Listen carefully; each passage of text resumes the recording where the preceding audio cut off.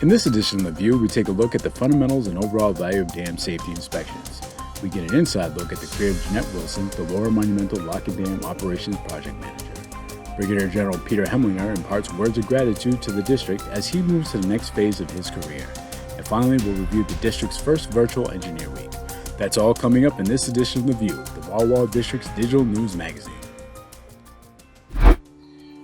Dam safety inspections are critical for documenting conditions and performance of dams. That is why we conduct daily, annual, and 5-year periodic inspections. The 8 dams of the Walla District provide many authorized benefits to the community. The primary authorized purposes of these dams include hydropower, navigation, and flood risk management. The secondary purposes are recreation, water supply, fish, wildlife, and irrigation. These benefits are critical to the environmental sustainability, watershed management, and they are integral to many communities. The Walla Walla District boundaries and dams extend over 100,000 miles across 6 states in the Snake River Basin. Regular inspections are important for dam safety because they provide an opportunity to detect early signs of potential distresses. This allows us to implement early maintenance measures to ensure that the dam is operating as designed. Early detection of potential problems also ensures that we utilize limited available resources where they are needed most. After our inspections, we immediately share findings that need further evaluation with engineers. Engineers complete follow-up assessments and additional inspections as needed to document performance conditions and address potential deficiencies. During inspections, the technical and engineering team look for change in conditions and different features of the dam, such as abutment groins, dam toe, dam crest, and gates in the intake tower. The inspection team also closely inspects areas of the dam that has experienced distresses or seepage. Inspection findings are compared to documented historical conditions to evaluate performance.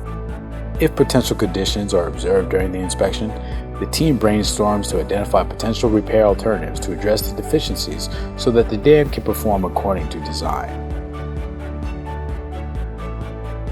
Project staff conduct daily visual inspections of key features of the dam to establish baseline performance conditions.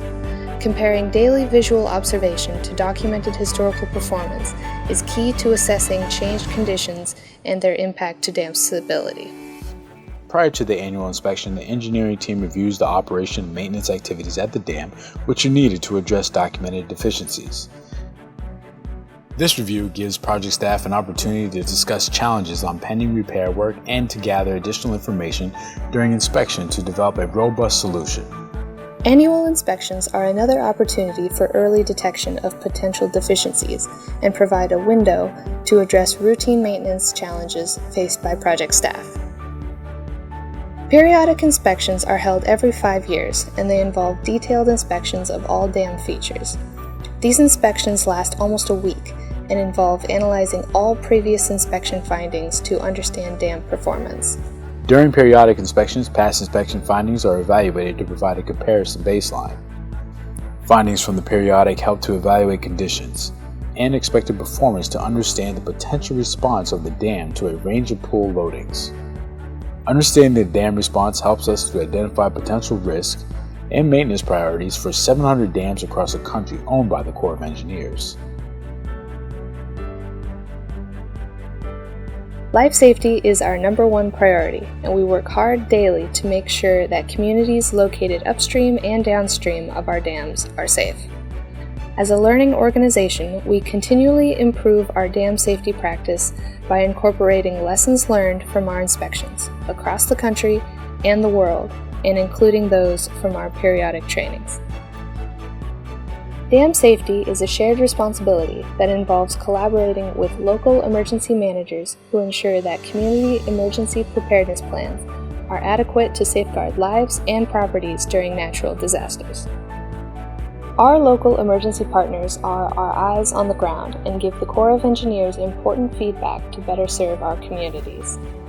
Your collaboration with your local emergency managers is instrumental in helping the Corps of Engineers reach its dam safety priority of life safety.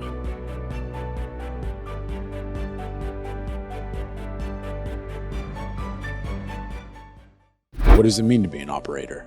To gain a better understanding of the job, power plant operators who work in the Walla district provided some insight. This is one of their stories.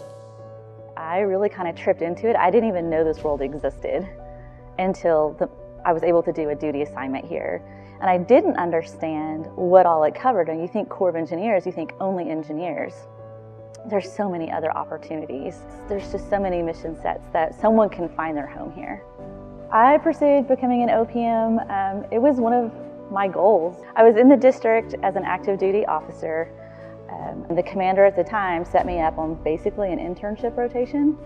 And I worked in project management, construction, and operations. And getting to work with the operations project managers and see what all they did, I was extremely fascinated by the breadth of the work. It's budget, it's technical. You're talking to all kinds of different people, problem solving, leadership. I just had everything I wanted to be a part of. And that's what really led me to see, this is where I want to be. This is really cool. The type of stuff you get to do here, other people don't get to do. And so this was just a perfect fit for my skills, what I wanted to do career-wise. My favorite part of the job is the people. I'm a people person. I like to collaborate. I love to bounce ideas off of others. I love to learn from them. I like to share what I know. It's definitely the favorite part. I have to really go dig a little deeper and work with experts to understand things and be comfortable with that. There's so many different mission sets that are intertwined with each other. So you can't assume that you know everything there is to know. Whether it's planning or just saying, okay, stop. I want to do this thing with my navigation lock. It seems like it's just going to affect navigation, but wait a minute, what about fish? What about hydropower? What about the spillway? Who else needs to be included in this conversation now? It's not just simply me. I'm very decisive, but at the same time, I'm very careful in being respectful of the consequences of that. The piece of advice I'd give someone pursuing the same career is don't sell yourself short. It's really easy to say, well, I've never done this. I don't know budgets. I don't know hydropower, or pick something you don't know. Well, there's plenty of mentors who are willing to teach you that. Not to mention, you don't have to be the expert in everything you do as an operations project manager. That's why you have amazing people that you work with, you work for, or they work for you. And you have to take all of them and use their inputs. So that's my biggest piece of advice.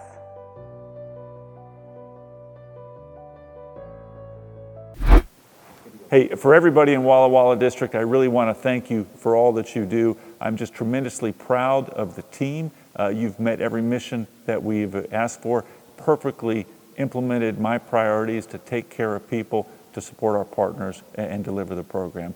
So thanks for all that you're doing, especially during this pandemic, and have stepped up with maximum telework and still overcome those challenges and deliver the program. So thank you all. Building strong. Students are landing on Mars this year as they recreate NASA's engineering challenge of designing a Mars lander. Each year, Engineering Week, also known as E-Week, reaches thousands of schools, businesses, and community groups across the U.S. Now, more than 70 engineering, educational, and cultural societies, along with 50-plus corporations and government agencies, have volunteered their time to participate. Despite COVID-19, the U.S. Army Corps of Engineers Walla District has kept the tradition alive through a virtual competition, inviting schools and community members to participate in this year's virtual competition between February 22nd through March 12, 2021. 40 to 50 students participated in this year's Mars Lander 7 Minutes of Terror Challenge. Project manager Captain Brown is one of the volunteers from the Walla District that led a classroom. This year, in light of the new Mars lunar lander actually touching down on the surface of Mars again, we decided that we wanted to do a challenge pretty similar to that. But basically, we have a 5-ounce cup holding a ping pong ball, and you've got to drop it from 2 feet or any height further than that if you want to score more points. And you have to land your lunar rover without the ball coming out. We have teams that do a lot of work and put a lot of effort into it, and it's all kind of on a volunteer level, so I'm really grateful.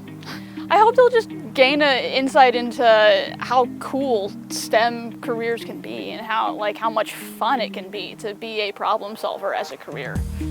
I think that if I'd had something like E-Week in high school, I would have been turned on to engineering a lot sooner, and I would have gotten to where I am a lot faster. And I just want to give kids that opportunity too, because I think it's really important to invest in our youth. The Mars Lander Challenge was a success, overcoming COVID-19 through a virtual competition. Winners were given a certificate and received a video of Lieutenant Colonel Richard Childers, commander of the Walla District, congratulating them on their achievement. The district looks forward in partnering with local schools, teachers, and parents for next year's challenge.